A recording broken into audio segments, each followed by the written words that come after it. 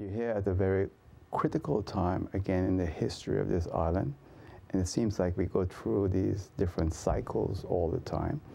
And now that you're here, we have a politician that's right now detained for questioning. That's been extended a number of times.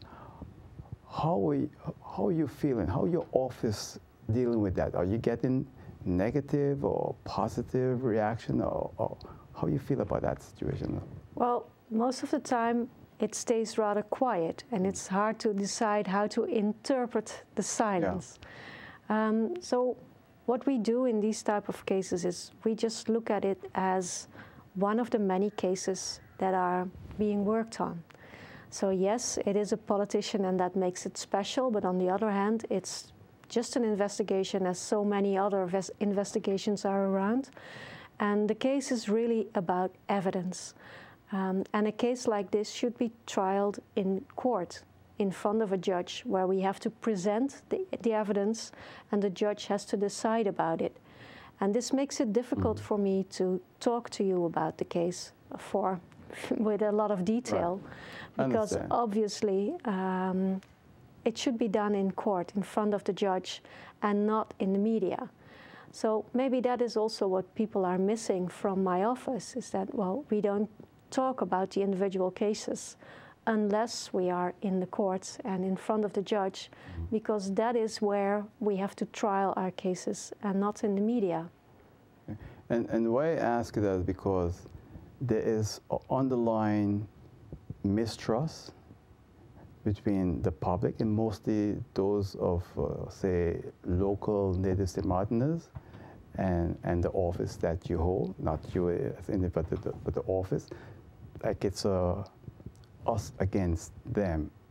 And at the same time, you have a lot of people on this island who feel that because they are poor and don't have money, etc., that the system doesn't really work for them. You know, I don't know if you get that sense in the community.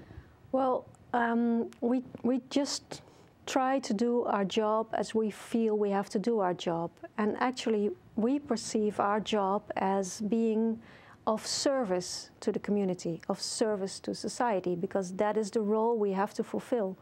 And the service we offer is that we prosecute criminals. And we hope that it brings a safer society, a society where people feel secure and where justice is done.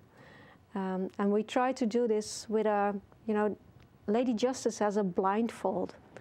And that means that justice should be done regardless of color, of wealth, or of descent, or gender. It shouldn't matter who's it regarding. Yeah. It is about the behavior. And if the behavior becomes criminal, well, then we have to investigate and we might have to prosecute. What about victim support? Because, you know, a lot of people have had problems, and I know of some people that they really feel abandoned, don't know where to turn. Should that be the feeling? Yes, I'm very happy that you bring this subject up, because I do miss a proper system of victim support on this island.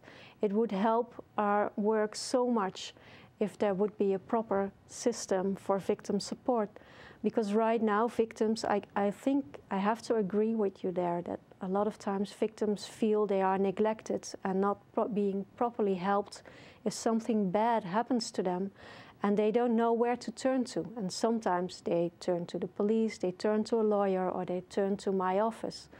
And we try to help, but we only have very limited possibilities to truly help victims and to truly give them support in the grief that they might have experienced. And in other countries, there are organizations who can have a function in that and can support victims that are being confronted with violent crimes, for instance. And we simply don't have an organization like that. And I would really like it if St. Martin would have that.